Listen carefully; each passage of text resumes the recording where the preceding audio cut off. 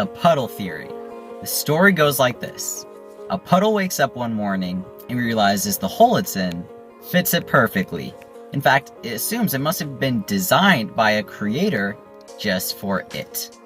But wait, it gets hot and starts to dry up, proving there was no creator behind it. As it relates to the fine-tuning, this theory states that life is pretty much inevitable. Like a puddle, it might look different, but ultimately if there's a hole and it rains, it's gonna be there.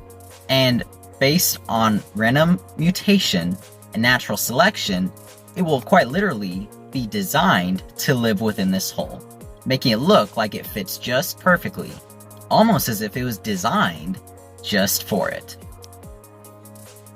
What do you think? I take a couple problems with this theory. Let's dive in. First, it's not news that the universe isn't going to last forever.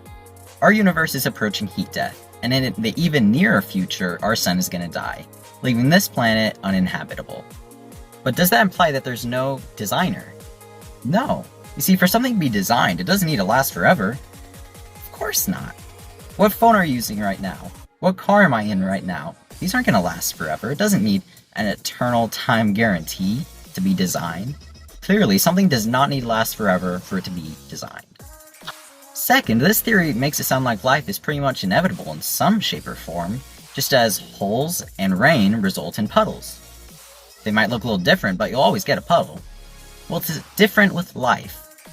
Think of it this way. Take one of those spinny boards, where if you get on the right spot, you get a prize. Now you might say that all of the different spots are just as improbable. And that's true. But that winning spot has a different quality that none of the rest have. It will give you the prize. Well, it's the same with life.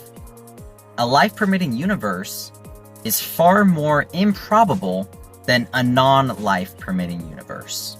So in the spinning board, it'd be like that one that you'll win, and then all the rest where you don't get anything.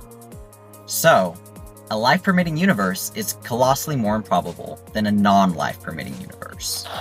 As explained by philosopher William Lane Craig, contrary to popular impression, the argument for design is not trying to explain why this particular universe exists. Rather, it's trying to explain why a life-permitting universe exists. So this theory ultimately fails because it finds life, in some shape or form, pretty much inevitable. But what we find is that life, a life-permitting universe, is colossally improbable. There is incredible fine-tuning, not just making our life, but any life period possible. The Puddle Theory's gone dry.